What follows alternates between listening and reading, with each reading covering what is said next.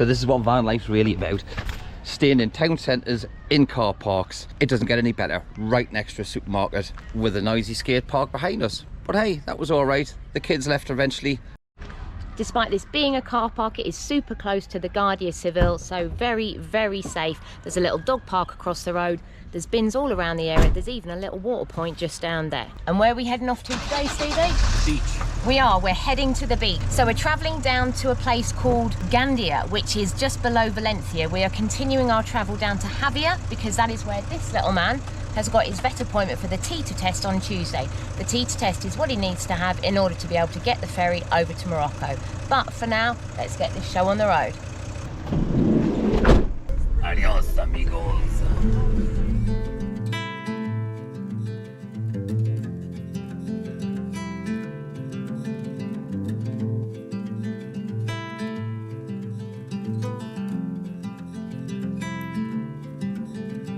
Close your eyes, hear the voice within, calling. This heavy load got under your skin, howling. You got the white knuckles holding on to tight, keeping your feelings bottled up inside.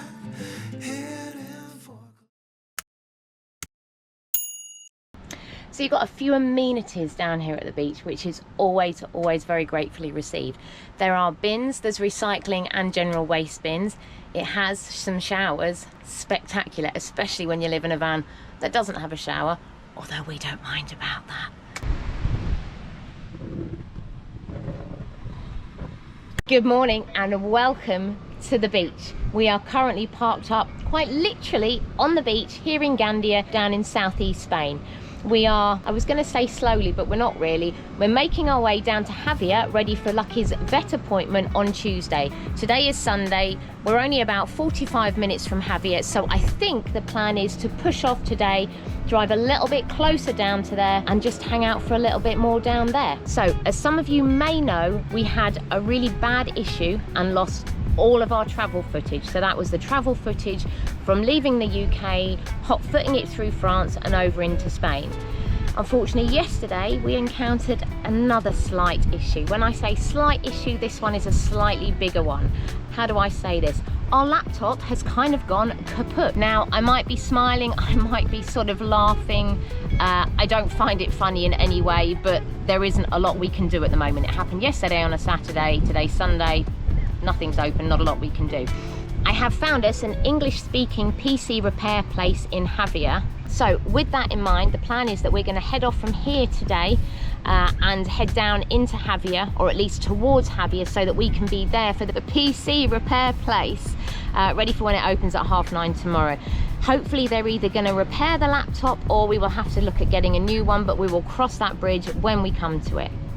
However, either way, it doesn't matter too much because we needed to get down to Javier on Tuesday, ready for Lucky's vet appointment in the morning. So we arrived at this stunning spot yesterday afternoon, I think it was. I have to say, me especially, but we were both incredibly surprised that it wasn't busier.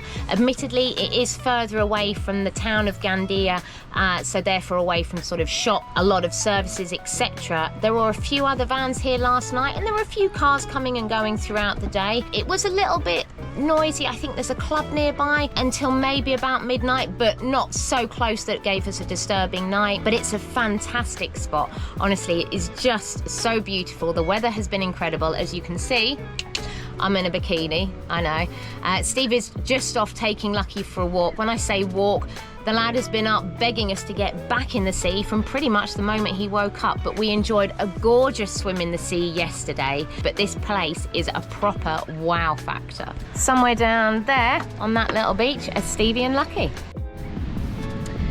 Because we're near the port, this place is also a great spot for fishing. We don't fish. The only reason we know that is there were a lot of fishermen out last night. We had a quick look, and things that you can catch locally in the area include barracuda, mackerel, and amberjack. I've never heard of amberjack.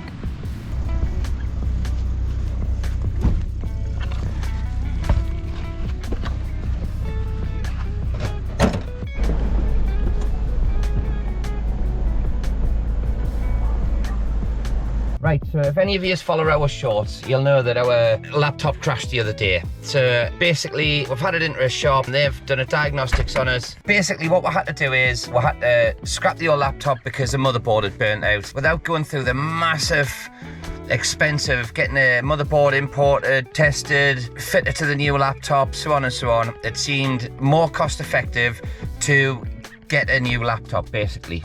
So there's a great shop in Javier, because it's a town full of expats that do actually do English laptop, and just by chance they've got exactly the same laptop as what we had in. So let's go and check that out now.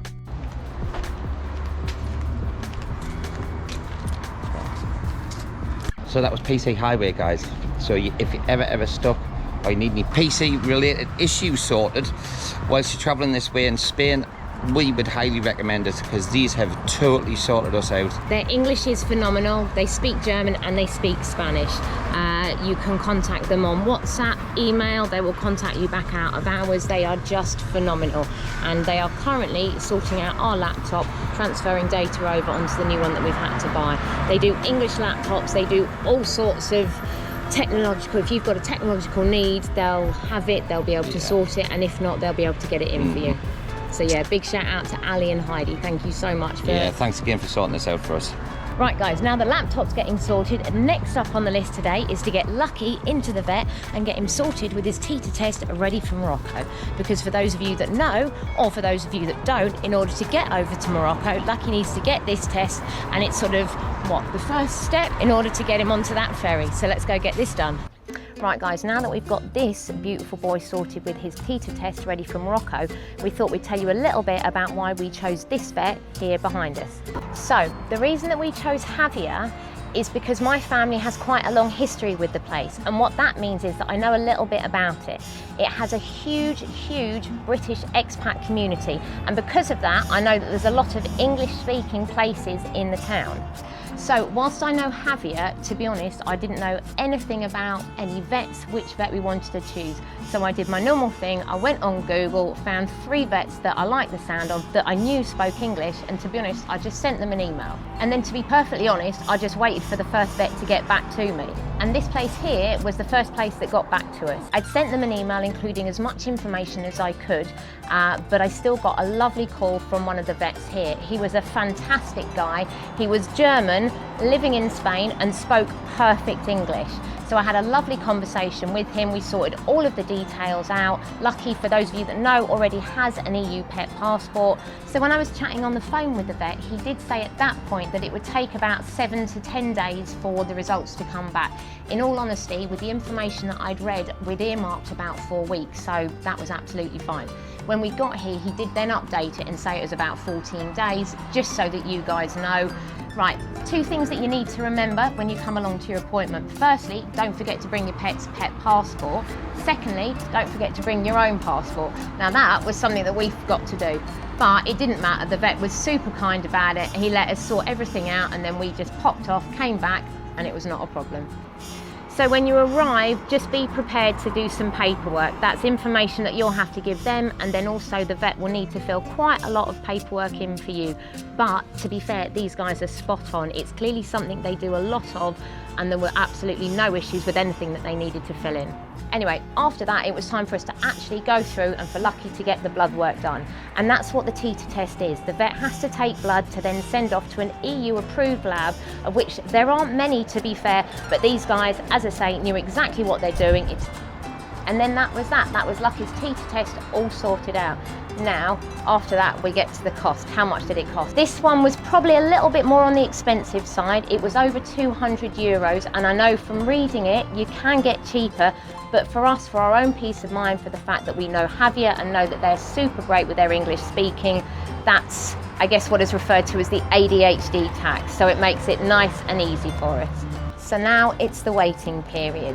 So the guy was sending it straight off to the lab as soon as we'd had the appointment, although he did inform us that there were not 1, but 2 public bank holidays. So there's going to be a couple of days extra that we might have to wait. So one of the other reasons that we chose this vet is because when the tita test results come through, we are going to get a hard copy certificate, which is also something that this vet will do for us. So to be honest, it was another reason why we chose this vet. We've just done what us Brits like to call a big shop. We've done it over in Lidl here in Javier, and the prices continue to be insanely cheap. Life over in Spain is still so much cheaper than the UK. So we've just done our big shop and it came to 67 euros. With the exchange rate, it worked out at just over 60 quid. 4 bags of shopping. If we had done that in the UK, we would have easily been looking at over 100 quid. And you got, what did you get? You got a box of wine, 85 cents. For 85 cents. That was the white. The red was a little bit more expensive, but it was only 93 cents. But honestly, you can see why people enjoy drinking over here. It is just insane. But it's another life win for Spain. 41 cents for 3 croissants. That's insane. I'm about to tuck in. Right, so that's us finished at Lidl. What we need to do now is just head over into Javier Port because they've got a couple of hardware stores there and we're in desperate need of some camping gas. To be honest, we've been going a little bit stir crazy. We've been parked up in the same place for 4 days. For 4 days, and whilst we've not been far from the beach, we've also been dealing with Storm Alice. I was going to say Storm Amy, but that's what you've been having in the UK. But the Costa Blanca has been dealing with Storm Alice. So even if we'd wanted to go somewhere, the weather was just too horrendous. So we have been really, I think, going out of our minds with just a little bit of boredom. But it's nice just to be out and about, even though this was just a trip to Lidl and then we're going to the hardware store. It's definitely helped my head. Even the drive out, I mean, just a change in scenery. Oh, I take him out for a massive walk every morning. I mean, I walk the full length of the coast both ways. But even that's like become almost monotonous, especially if you travel all the time and you get accustomed to like different places. Your brain adapts to being in new situations all the time. So I think because, like Liz says, we've been in the same place for a few days, like 4 days the van hasn't even rolled for. Especially this trip, it isn't what we've been used to, so our brains have adapted to this whole travelling every day, doing like 100 miles, 200 miles every day. And then all of a sudden it's just come to like a screeching halt with like almost like not being able to get out properly and like have a look around. Because there's been loads of flooding. There's been loads of flooding in the area. The route that we're going to be taking, heading on down to Morocco, it's been flooded. So it's just kind of gone from one extreme to the other, and our brains can't cope with that very well. But we are super excited to be out of the parking spot. Just going shopping, a change of scenery. But anyway, we're off to the hardware store because as we have been parked up for so long, we are in need of some camping gas. So we're just going to head off to this hardware store. Hopefully it's open because it is a public bank holiday, but I have checked on Google and Google has assured me that it is. So as well as having to do some shopping today, the main reason we'd come to the port was to buy some camping gas.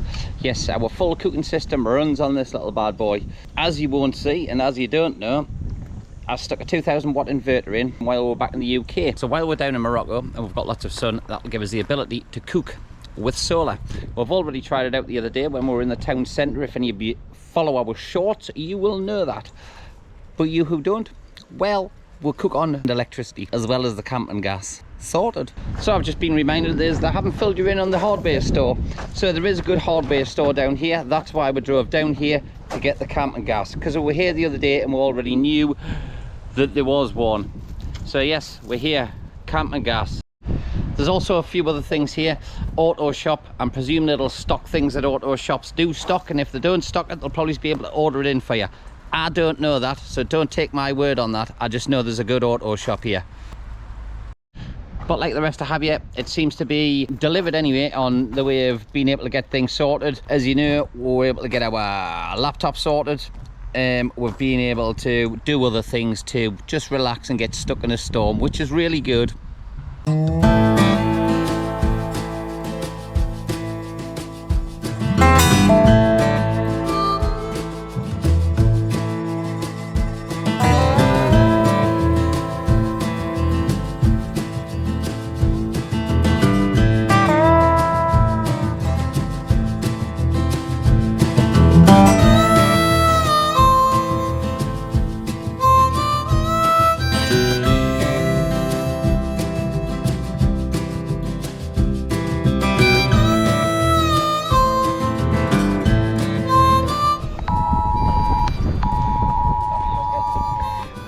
getting a red weather alert on my phone. It started beeping and making horrendous noise.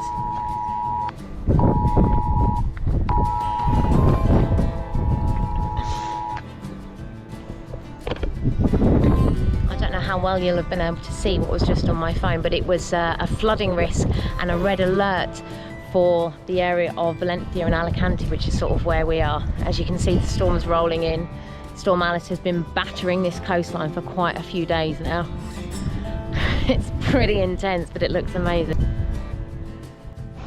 So the place that I've brought us to on a bit of a stormy day is a place high up over Javier. It is called Far del Cap de San Antoni, and it is the lighthouse. It's still a working lighthouse, although you can't actually visit the lighthouse anymore. You used to be able to. I've been coming out here for decades. My grandparents lived out here, my parents have been coming out here. Javier is a fabulous place. It's a little bit grey and stormy up here today. On a good day, you can see all the way over to Ibiza. It is absolutely incredible. But if you want to come up here, well recommended for the views and for the hiking trails as well.